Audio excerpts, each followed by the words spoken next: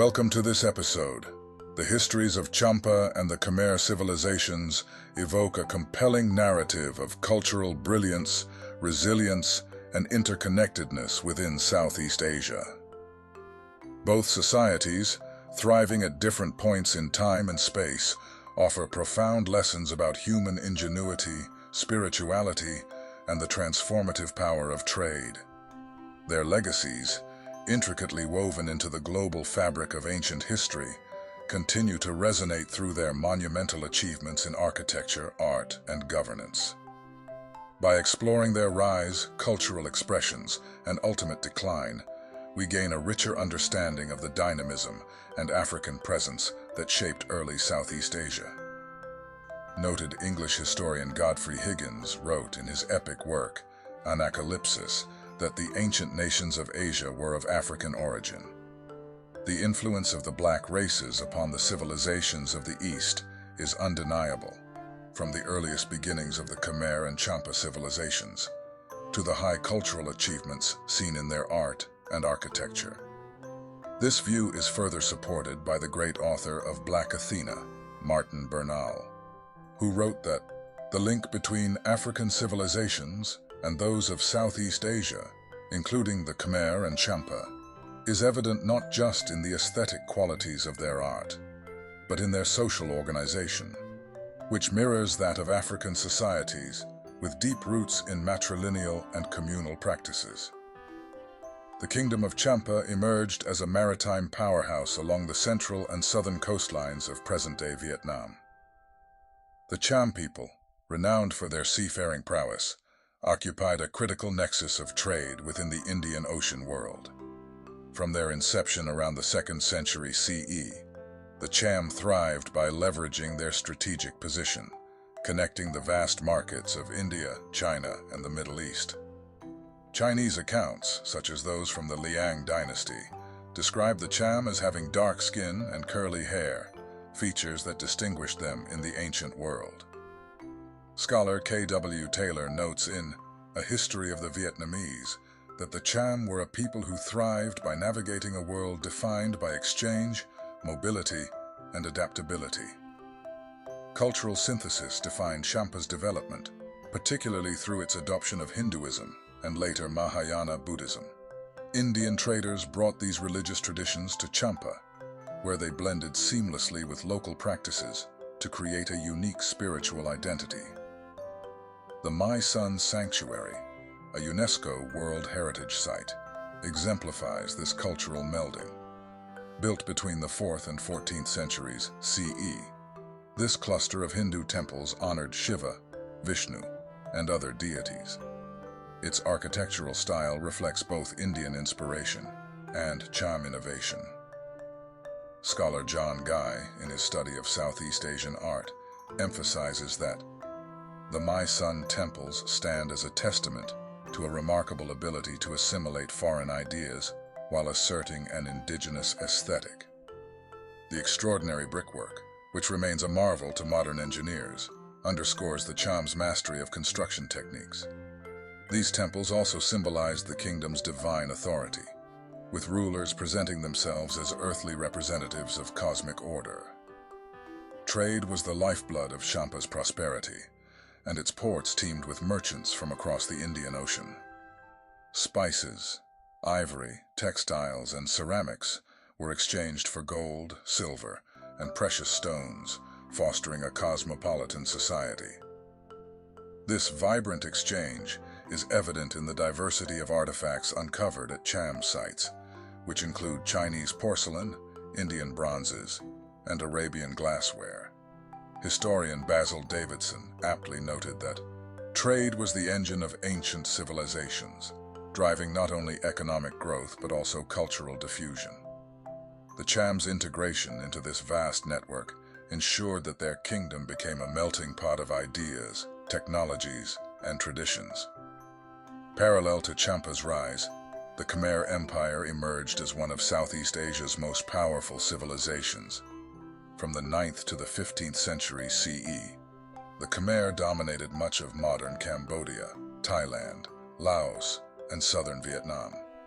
Their capital, Angkor, became synonymous with grandeur, housing one of the largest pre-industrial cities in history. The city's centerpiece, Angkor Wat, remains a staggering testament to African creativity and devotion. Originally dedicated to Vishnu, the temple later transformed into a Buddhist sanctuary, reflecting the fluidity of Khmer religious practices.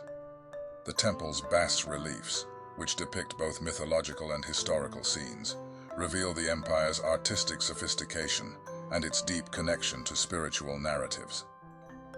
Coedes remarked, "Angkor Wat is not only the crowning jewel of Khmer architecture, but also a living symbol of a society deeply attuned to cosmic rhythms." At the heart of the Khmer Empire's success was its mastery of water management. The region's monsoonal climate necessitated innovative solutions for sustaining agriculture and supporting large populations. The Khmer constructed an extensive network of reservoirs, canals, and embankments to regulate water flow and ensure year-round rice cultivation. Scholar Michael D. Coe, in his analysis of Khmer engineering, notes that these hydraulic systems rivaled the irrigation works of ancient Egypt and Mesopotamia, showcasing a level of engineering acumen that underpinned the empire's stability. As George Coates observed, the Khmer's hydraulic network was the cornerstone of their economic and political power, enabling them to sustain a vast and growing empire. Religion played a central role in Khmer society, shaping not only its spiritual life, but also its political structure. The concept of the Devaraja, or God-King, elevated Khmer rulers to divine status, blending spiritual and temporal authority. This ideology found its expression in the construction of temples, which symbolized the king's role as a cosmic intermediary. Temples like Angkor Wat and the Bayon, adorned with intricate carvings of deities, celestial beings, and scenes of courtly life, served as both places of worship and demonstrations of state power. These monuments, meticulously aligned with celestial phenomena, also reflect a sophisticated understanding of astronomy and cosmology. Scholar Miriam Stark writes that the temple architecture of Angkor reveals a society deeply invested in the interplay between human endeavors and divine purpose. The interconnectedness of Champa and the Khmer Empire with the broader Indian Ocean world cannot be overstated. Both civilizations engaged in trade networks that spanned Africa, the Middle East, India, and East Asia. Archaeological evidence, such as African-style beads found in Southeast Asia, suggests that African merchants were active participants in this network. Historian Ivan van Sertima argued that such exchanges were part of a broader pattern of transcontinental interaction, where the Indian Ocean served as a highway of cultural diffusion. For the Cham and Khmer, these interactions brought not only goods, but also ideas, technologies, and artistic inspiration. Art and architecture were among the most profound legacies of Champa and the Khmer Empire.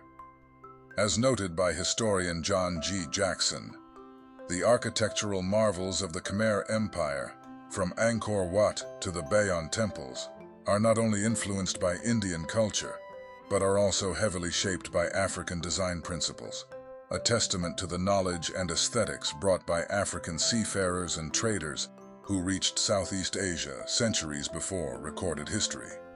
And historian C.L.R. James noted that the remarkable maritime history of the Champa people, who once dominated the seas of Southeast Asia, was driven by the same maritime prowess that characterized the great African empires on both the Atlantic and Indian Oceans. The Khmer excelled in narrative art. Their bas-reliefs, particularly those at Angkor Wat, capture scenes of divine battles, royal processions, and everyday life with remarkable realism and emotional depth. These artistic traditions, while rooted in religious expression, also serve as historical records, offering invaluable insights into the societies that produced them. The decline of Champa and the Khmer Empire was as complex as their rise. Champa faced relentless pressure from Jai Viet, Vietnam, which culminated in its annexation during the 17th century. The Khmer Empire, meanwhile, succumbed to internal strife, environmental challenges, and invasions by neighboring states. Despite their political downfall, the cultural legacies of both civilizations endured. The temples of Mysun and Angkor, now celebrated as UNESCO World Heritage Sites, stand as enduring symbols of African ingenuity and resilience. As scholar Marimba Ani noted, the Champa and Khmer peoples, like many other cultures across Southeast Asia, carried the indelible marks of African cultural innovation, from their religion and astronomy to their exceptional agricultural systems and artistic expressions. In reflecting on the histories of Champa and the Khmer Empire, we are reminded of the interconnectedness of the ancient world. These civilizations were not isolated phenomena, but integral parts of a global network of exchange and interaction. Their stories challenge us to expand our understanding of history, recognizing the shared heritage of humanity and the diverse contributions that have shaped our world. As we marvel at the architectural wonders of Mysun and Angkor Wat, we honor the enduring African spirit of these ancient societies and their place in the broader narrative of human achievement. Thanks for watching this episode. Do remember to like, comment, and subscribe, and look out for the next one on Africa's great civilizations.